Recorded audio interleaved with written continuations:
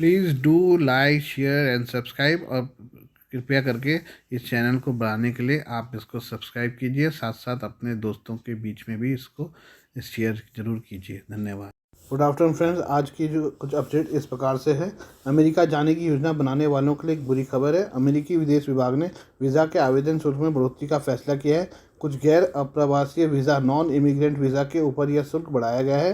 विदेश विभाग के इस फैसले से भारतीय छात्रों और पर्यटकों को महंगाई का भार झेलना होगा।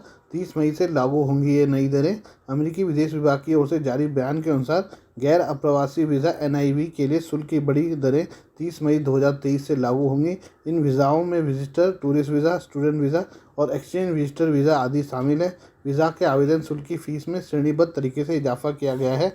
व्यवसाय या पर्यटक B1, B2 और BCC वीज़ा और अन्य गैर याचिका आधारित NIV जैसे छात्र वीज़ा के लिए शुल्क 13,000 रुपये से बढ़कर लगभग 15,000 रुपये हो जाएगा। वर्तमान विनिमय दर के अनुसार इन नियमों के लागू होने के बाद भारतीय छात्रों को US वीज़ा के लिए लगभग 15,140 रुपये का भुगतान करना होगा। विभाग ने यह भी बताया कि अस्थायी कर्मियों HL, O, P, Q और R श्रेणियों के लिए कुछ याचिका आधारित गैर अप्रवासी वीज़ा पर शुल्क भी 15,557 रुपये से बढ़कर 16,785 रुपये हो जाएगा। वहीं व्यापारी, निवेशक और एक विशेष व्यवसाय वाले E श्रेणी आवेदकों के लिए शुल्क 16,785 रुपये से बढ़ाकर 25,792 हो जाएगा। इस नियम से अन्य काउंसलर शुल्क प्रभावित नहीं होते हैं, जिसमें 2 साल के निवास के आवश्यक शुल्क की छूट शामिल है। शुल्क वृद्धि से इन श्रेणियों पर असर पड़ेगा। B1 व्यवसाय या घरेलू कर्मचारी, B2 पर्यटक, H work visa, L intra company transfer visa, O विज्ञान, कला, शिक्षा, व्यवसाय या एथलेटिक्स में असाधारण प्राप्त विदेशी नागरिक, P एथलीट, कलाकार, मनोरंजनकर्ता, प्रश्न अंतर्राष्ट्रीय सांस्कृतिक प्रदर्शन में आए पर्यटक, R धार्मिक कार्यकर्ता, E संधि व्यापारी या संधि निवेशक। आइए अब हम पाकिस्तान के बारे में कुछ बात कर लें। पाकिस्तान के पूर्व प्रधानमंत्री इमरान खान ने एक बार फिर से भारत की विदेश नीति की सराहना की है। उन्होंने कहा कि इस्लामाबाद भारत की तरह रूस से सस्ता कच्चा तेल लेना चाहता था, लेकिन ऐसा करने में हम सक्षम नहीं हो पाए क्योंकि अविश्वास प्रस्ताव में हमारी सरकार गिर गई। पाकिस्तान की स्थिति दिन प्रतिदिन बिगड़ती जा रही है। वहाँ पर आर्थिक संकट छाया हुआ है। पाकिस्तानी आवाम 2 जून की रोटी के लिए तरस रही है। इस बीच इमरान खान ने कहा कि उनका देश रूसी कच्चे तेल को रियायती दरों पर खरीद सकता है, जो कि यूक्रेन युद्ध के बावजूद भारत को दे रहा है। ये याद रखना भी महत्वपूर्ण है कि पिछले साल संघर्ष शुरू होने वाले दिन वह इमरान रूस में थे। उन्होंने वीडियो संदेश में रूसी राष्ट्रपति व्लादिमीर पुतिन के साथ अपनी मुलाकात का जिक्र किया। सबसे दिलचस्प बात यह है कि पहली बार नहीं था जब इमरान खान ने पश्चिमी दबाव के बावजूद अपनी अर्थव्यवस्था को बढ़ाने और रूसी तेल खरीदने के मामले में भारत की उपलब्धियों को स्वीकार किया। उन्होंने सितंबर 2022 में एक सार्वजनिक सभा में कहा था कि दुनिया में नवाज के अलावा किसी अन्य नेता के पास अरबों की संपत्ति नहीं है। मुझे एक ऐसे देश के बारे में बताएं जिनके प्रधानमंत्री या नेता के पास देश के बाहर अरबों की संपत्ति है। यहाँ तक कि हमारे पड़ोसी देश में भी प्रधानमंत्री मोदी के पास भारत के बाहर कितनी संपत्ति है। इससे पहले मई 2022 में इमरान खान ने अमेरिका के दबाव के बावजूद रूस से सस्ते तेल खरीदने के प्रधानमंत्री मोदी के फैसले की सराहना की थी। दक्षिणपंथी कार्यकर्ता काजल हिंदुस्तानी को बीते कुछ दिन गुजरात पुलिस ने गिरफ्तार किया है। काजल पर आरोप है कि उन्होंने राजगीर सोमनाथ जिले में रामनवमी के दिन भड़काऊ बयान दिया।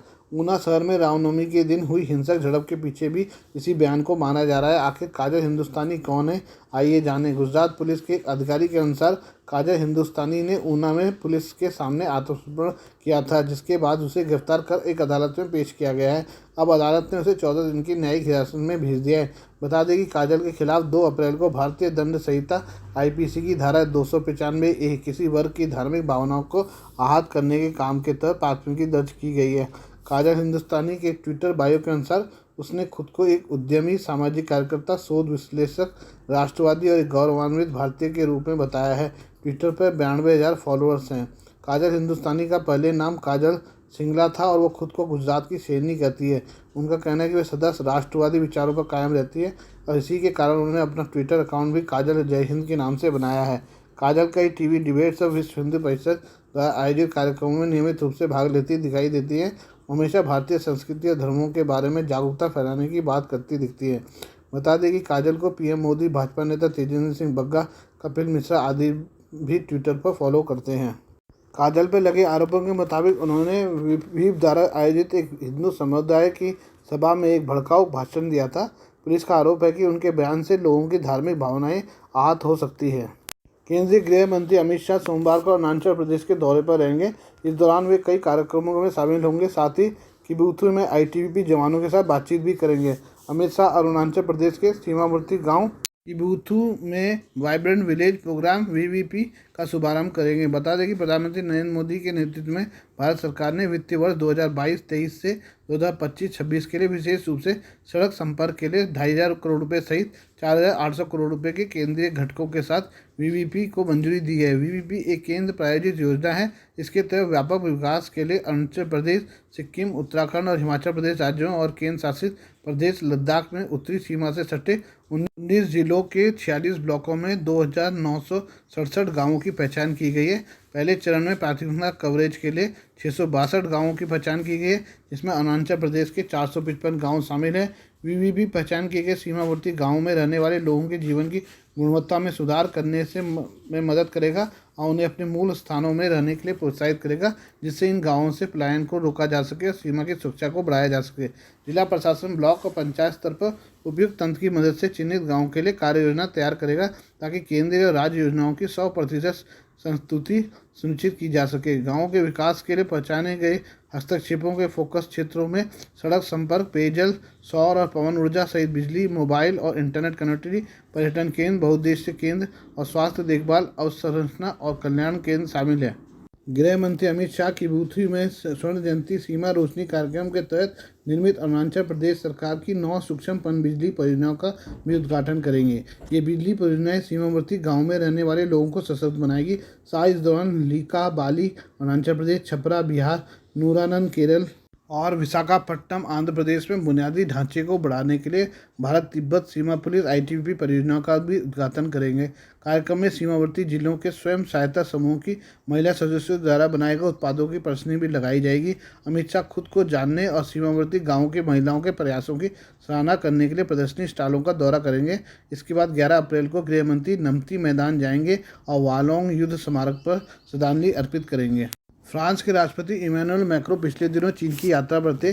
3 दिन के बाद जब वो चीन से लौटे तो उन्होंने एक ऐसा बयान दे दिया जो अमेरिका को चुभ सकता है। मैक्रों ने कहा कि अब समय आ गया है कि जब यूरोप को अमेरिका पर निर्भर होने की आदत छोड़नी होगी। उनका कहना था कि ताइवान की वजह से यूरोप को चीन और अमेरिका के बीच होने वाले टकराव से बचना होगा। अपने आधिकारिक प्लेन से मैक्रों का यह संदेश निश्चित तौर पर अमेरिकी राष्ट्रपति जो बाइडेन के लिए चिंता का विषय हो सकता है। मैक्रों ने पॉलिटिको मैगजीन को दिए इंटरव्यू में यूरोप के लिए रणनीतिक स्वायत्तता के अपने सिद्धांत पर जोर दिया। माना जा रहा है कि मैक्रों का इशारा शायद फ्रांस के नेतृत्व में दुनिया की तीसरी महाशक्ति का निर्माण करने की तरफ था। मैक्रों ने चीन में चीनी राष्ट्रपति शी जिनपिंग के साथ 6 घंटे समय बिताया है। मैक्रों ने कहा यूरोप के सामने सबसे बड़ा खतरा है कि यह उन संकटों में फंस जाता है जो उसके है ही नहीं। ये ऐसे संकट हैं जो इसे रणनीतिक स्वायत्तता हासिल करने से रोकते हैं। शी जिनपिंग और चीनी कम्युनिस्ट पार्टी ने मैक्रों की रणनीतिक स्वायत्तता की अवधारणा का समर्थन किया है। चीनी अधिकारी यूरोपीय देशों के साथ अपने रिश्तों में लगातार इसका जिक्र करते हैं। मैक्रों ने जिनपिंग के साथ ताइवान पर भी बातचीत की है। फ्रांस के अधिकारियों के मुताबिक ऐसा लगता है कि फ्रेंच राष्ट्रपति ने अमेरिका और यूरोपियन यूनियन की तुलना में ज़्यादा समझौतावादी दृष्टिकोण अपनाया है। यूरोपियन यूनियन की अध्यक्ष उर्सुला वॉन डेर लेन जो मैक्रों के साथ इस यात्रा पर गई थी, उन्होंने भी ताइवान पर बयान दिया। उन्होंने कहा कि ताइवान में स्थिरता सर्वोपरि है। उन्होंने जिनपिंग से मुलाकात के दौरान साफ कर दिया कि यथास्थिति को बदलने के लिए बल प्रयोग की धमकी अस्वीकार्य है। यूक्रेन की जंग की वजह से जहां पश्चिमी देशों के साथ रूस के संबंध बिगड़े, तो वहीं भारत से उसके रिश्ते और मजबूत हो गए हैं। भारत अब रूस से तेल आयात करने में मामले में तीसरे नंबर पर आ गया है। पहले स्थान पर चीन और दूसरे पर अमेरिका है। जंग की शुरुआत से ही भारत को रूस से सस्ता तेल मिल रहा है। सबसे दिलचस्प बात यह है कि भारत इसके लिए डॉलर नहीं बल्कि दिरहम में पेमेंट कर रहा है। ये बात अमेरिका और यूरोपियन देशों को परेशान कर सकती है। ये बात तो हमेशा से अमेरिका के लिए परेशानी की वजह थी कि भारत रूस से कच्चा तेल खरीद रहा है, लेकिन सूत्रों की माने तो भारतीय रिफाइनरीज दिरहम में रूस के साथ तेल का व्यापार कर रही हैं। भारत और रूस के बीच ऑयल ट्रेड मार्च में 1.64 मिलियन बैरल प्रतिदिन के नए उच्च स्तर पर पहुंच गया है, लेकिन इसमें थोड़ी सी स्थिरता आई है। इस नए आंकड़े के साथ ही रूस ने भारत के पारंपरिक तेल सप्लाई इराक की जगह ले ली है। अब इराक नहीं बल्कि रूस भारत को तेल सप्लाई के मामले में नंबर 1 है। वोटेक्सा जो एनर्जी सप्लाई पर नज़र रखने वाली एजेंसी है, उसकी तरफ से दी गई जानकारी के मुताबिक रूस अब कच्चे तेल का एकमात्र सबसे बड़ा सप्लायर बन रहा है। लगातार छठे महीने में भारत ने रूस से 1/3 से ज़्यादा तेल खरीदा है। फरवरी 2022 में रूस यूक्रेन युद्ध शुरू होने से पहले भारत के आयात में रूस की हिस्सेदारी 1% से कम थी, जबकि मार्च 2022 तक यह बढ़कर 1.64 बिलियन बैरल प्रतिदिन यानी 34% हो गया है। कुछ यूरोप देश रूस से आने वाले तेल की एक कीमत तय करना चाहते हैं, लेकिन अभी इस पर कोई आम सहमति नहीं बन सकी है, जबकि सऊदी अरब वह दूसरा देश रहा जिसने भारत से सबसे ज़्यादा तेल खरीदा। फरवरी में आई एक रिपोर्ट के मुताबिक यूरोपियन यूनियन की तरफ से लगाए गए प्रतिबंधों के बाद भारत रूस के लिए और भी महत्वपूर्ण उपभोक्ता बन गया है। भारत को यह तेल $60 प्रति बैरल से भी कम कीमत पर मिल रहा है, जबकि इसका पेमेंट यूएई की मुद्रा दिरहम में हो रहा है। ये बात अमेरिकी राष्ट्रपति जो बाइडेन की चिंताओं को बढ़ा सकती है। दिरहम में भारतीय रिफाइनरी और रूसी डीलर्स के बीच होने वाले आदान प्रदान पर प्रतिबंध की संभावना नहीं है। कुछ बैंक ऐसे हैं जो विदेशों में बाकी वित्तीय संबंधों से बचने के लिए सीमाओं से पार जाते हैं। वो इस तरह से लेन देन करते हैं कि उन पर अमेरिका और यूरोपियन यूनियन के नियमों के उल्लंघन के आरोप नहीं लगते हैं। अगर इराक से इसकी तुलना करें तो यह काफ़ी कम है। भारत ने इराक की तुलना में रूस से दोगुना तेल खरीदा है। साल 2017-18 तक इराक भारत का टॉप ऑयल सप्लायर था। वह प्रतिदिन 0.82 मिलियन बैरल तेल भारत को सप्लाई कर रहा था। भारत के अलावा चीन और अमेरिका ने रूस से सस्ता तेल खरीदा है। रूस से भारत का पेट्रोलियम आयात फरवरी में 1.62 मिलियन बैरल से थोड़ा बढ़ गया है।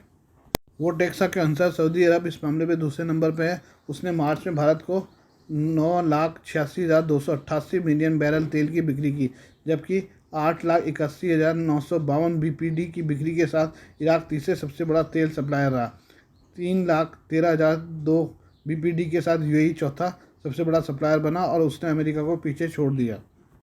अमेरिका पैसिफिक वायुसेना के commander general Kenneth S Wilsbach Bharat के दौरे पर हैं। उन्होंने आज दिल्ली में राष्ट्रीय युद्ध स्मारक पर भारतीय सशस्त्र बलों के शहीद नायकों का श्रद्धांजलि देने के साथ ही उन्होंने कहा कि इन बहादुरों की वीरता और कर्तव्य के प्रति समर्पण की विरासत आने वाली पीढ़ियों को प्रेरित करती रहेगी।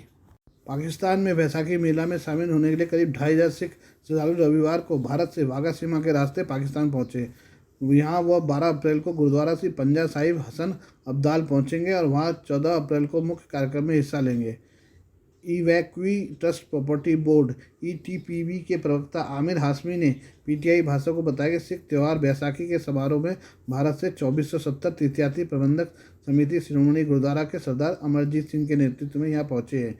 ईटीपीबी पाकिस्तान में अल्पसंख्यकों के पवित्र स्थलों की देखभाल करता है। ईटीपीबी के अध्यक्ष हबीबुर रहमान गिलानी और पाकिस्तान सिख गुरुद्वारा प्रबंधन समिति के प्रधान सरदार अमीर सिंह ने वाघा सीमा पर तीर्थयात्रियों की अगवानी की। हाशमी ने कहा कि सिख तीर्थयात्रियों की कड़ी सुरक्षा के बीच ननकाना साहिब भेजा गया, जहाँ वे बाबा गुरु नानक की जन्मस्थली पर धार्मिक अनुष्ठान करेंगे। उन्होंने कहा कि मुख्य कार्यक्रम 14 अप्रैल को गुरुद्वारा पंजा साहिब हसन अब्दल में होगा, जिसमें विभिन्न राजनीतिक, धार्मिक और सिख नेता भाग लेंगे। आगे कहा कि तीर्थयात्री 18 अप्रैल को भारत रवाना होने से पहले फरुखाबाद, करतारपुर, रोहरी साहिब, अमीनाबाद भी जाएंगे। ईटीपीबी के अध्यक्ष गिलानी ने कहा कि सिख यात्रियों के लिए सभी प्रबंध बेहतरीन तरीके से किए गए हैं और उन्हें सुरक्षा, चिकित्सा और यात्रा व्यवस्था के साथ अन्य सभी प्रशासनिक व्यवस्थाएं मुहैया कराई जाएंगी। एसजीपीसी नेता अमरजीत सिंह भलीपुरी ने कहा कि सिख तीर्थयात्रियों ने खुशी जाहिर की है। साथ ही उन्होंने दोनों पक्षों के तीर्थयात्रियों के लिए वीज़ा में आसानी पर भी जोर दिया है। आज के लिए बस इतना ही। बाकी मिलते हैं कल आपसे नई खबरों के साथ। धन्यवाद।